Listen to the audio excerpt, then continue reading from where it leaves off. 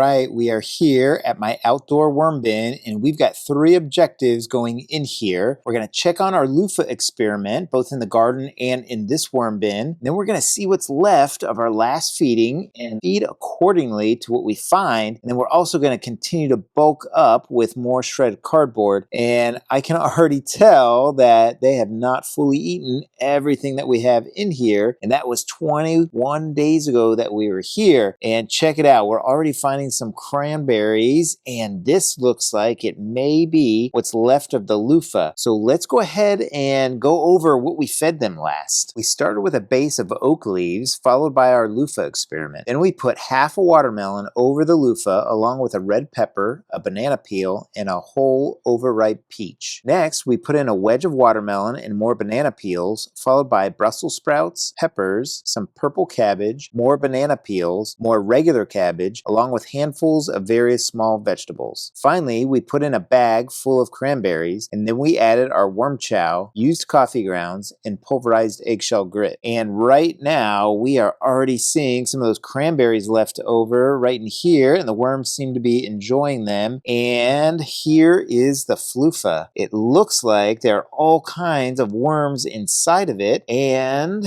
check that out. That looks like there was a pepper on top of it. So this is very interesting. They are really eating it apart. I can tell that this part right here is barely hanging on. I mean, the fibers are falling all apart, and there is a bunch right there in the middle. Oh my gosh, very cool. And this one right by my thumb here, it has a really bulging clitone, so I wonder if they are making a cocoon right there. Very cool. I am just going to kind of set this aside and let these worms keep working on this. But this is cool. This is going to be an ongoing experiment. And I think possibly in the next couple of weeks, they are going to wear the rest of this thing out and turn it into worm castings. The hardest part was kind of getting it soaked full of fruit matter and vegetables that we put in here. And now that it's soaked with that, they're going to take this apart. So let's go outside and see how the one out in the garden did. All right, so we're back outside in my garden. We're gonna go ahead and take out our feeding zone indicator, and we're gonna go ahead and dig right here. Let me get my garden knife out. I love this thing. If you're ever thinking about grabbing a garden knife, this is a great one. And let's see if there's anything in this hole right here. And I'm not seeing a whole, oh,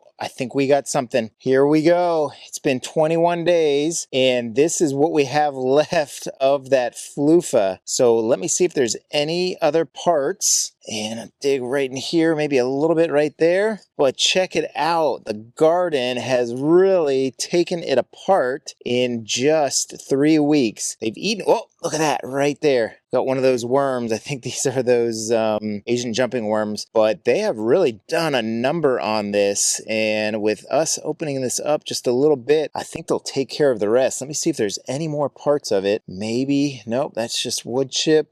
I think I had knocked that in. So yeah, right here is all that is left, and you can see that it is definitely breaking down. So this is fantastic that these floofahs are decomposing in our garden. And let's go ahead and check inside the outdoor worm bin and see what's left of that one. I'm just gonna put it right back in here, and we'll bury it right back up and maybe check on it next time. And there we go right there with our feeding zone indicator. All right, let's go back inside. Wow, it sure looks like the garden floofah is a lot further gone than this one. So it really does go to show that you can bury the floofah out in your garden, or maybe in a spot in your lawn, or, you know, in your shrubberies, and the critters inside there, all the microbes, the worms, and any other kind of arthropod or insect type critters will get to it. So very cool experiment that's going to be ongoing. So let's kind of dig around the rest of this food pile that we have in here. And that watermelon, I knew they were gonna really go for that, and it seems like they've done a pretty good job there with it. I'm only seeing some of these peels, but what I am seeing is a lot of our oak leaves. They do seem like they got a lot more moisture in them, because they had no moisture at all when we first put them in there. But you know what? I can really see the worms a lot better in them because it's darker versus this shredded cardboard. So I kind of like it. We'll see if I can get some more of those tomatoes, but wow, even when I reach all the way over to here, we are seeing tons of worms. Now, as expected, the leaves are just not going to break down quite as easily as the shredded cardboard. The shredded cardboard has a lot more surface area and it's got jagged edges, so after it gets moist, the microbes start to break it down and the worms munch on it as well. So let me just kind of turn this over and see how it did on the very bottom. See if we've got any kind of food stuff right down here in the middle besides what we see. Right here is the very bottom, and that's just a lot of castings. It's pretty much what I started with on the bottom, and then I put a layer of leaves, and then we put our food stuff, and then we put a whole bunch of shredded cardboard. So I'm going to come out here to the edges and kind of push in to see how that's doing. We did put a lot of damp shredded cardboard in here, so it looks like even the edges are a little bit more moist, and it's gotten a lot cooler in here, so I don't think we have had as much evaporation as we typically have out of this bag. So very cool, and check that out right there.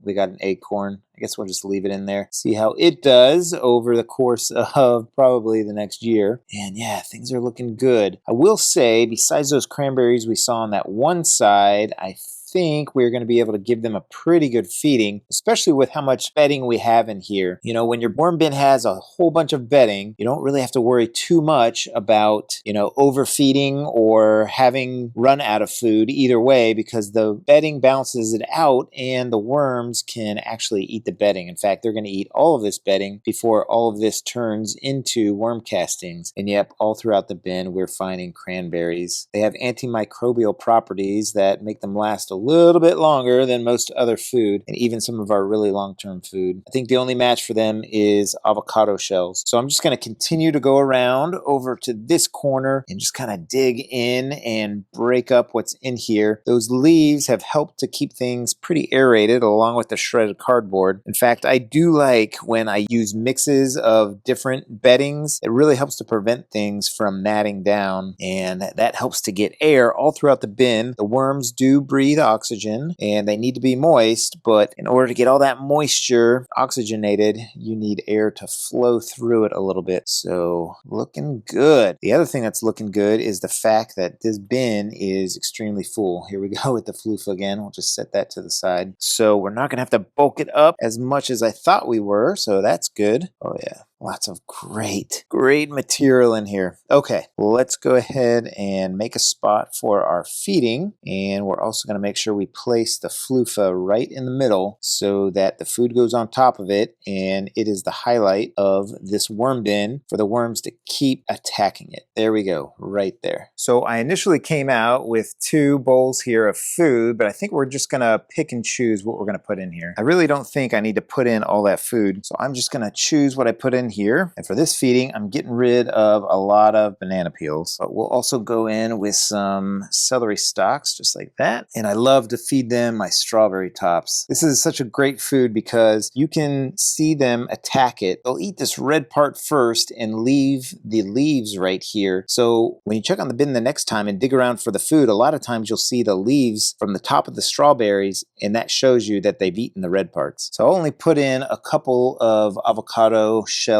this time. We'll fill them with some lettuce stalks and add an apple, along with a tomato, some cucumber slices, and some more colorful red food like these strawberry tops and these small cherry tomatoes. I'm just going to burst them so their skins break open and the worms can get to them. Next, we're going to go in with some worm chow, just some expired grains and stuff that I have in the pantry. And what I do is I put it in my magic bullet blender and then I just grind it up so it's almost in a powder form if it's not already like that. And then I've got it for my worm bins, just another food source for them. Next, we're going to put in a bunch of used coffee grounds, and because it is turning towards winter, I'm going to go ahead and give them a bunch because I'm not too worried about it heating up. It's getting down into the 40s at night, so with this small of a bin, you know, it's not as big as a compost pile. I don't think it will be a problem heating up, but I'll go ahead and check on it in a couple days. Let me just spread that out a little bit better, and what you're seeing, the little green parts that you're seeing within it, is mold that forms as it's sitting sitting in its container. And then finally, we'll go in with some pulverized eggshells. Again, I just take my eggshells, rinse them, dry them, and then I put them in our Magic Bullet blender as well, and it gets them into this almost powdery form right here. And I've got some Amazon links in the description and in the pinned comment if you want to check out any of my worm farming equipment. So that's a pretty decent feeding, and we're going to go ahead and check on this bin in probably 10 to 14 days and see how they did with that Floofah and see how they did with the feeding. Now, when I feed, I just kind of check and see how the worms have done since my last feeding, figure out how many days it's been since that last feeding, and then I just feed according to what I see. That way you don't overfeed. If you dive into your bin and you see a whole bunch of food and you want to make sure that you either check in a little bit less or just feed them a little bit less. So things are looking good, and now we need to add a whole bunch more bedding. So in we go with a whole bunch of pre-dampened shredded cardboard in here, and I have a rain barrel that collects water, and within that rain barrel I put a mosquito dunk in there, and what that does is it interrupts the life cycle of really any kind of fly insect or in the fly family. So I never really have problems with gnats or fruit flies in this bin. Now, we didn't harvest this time, and we probably won't harvest next time as we're bulking this up, but if you want to see a video where I harvest this bin, check out this one right here. So I hope you're having a great day. I hope your worm bins are doing fantastic. So happy vermicomposting, everybody.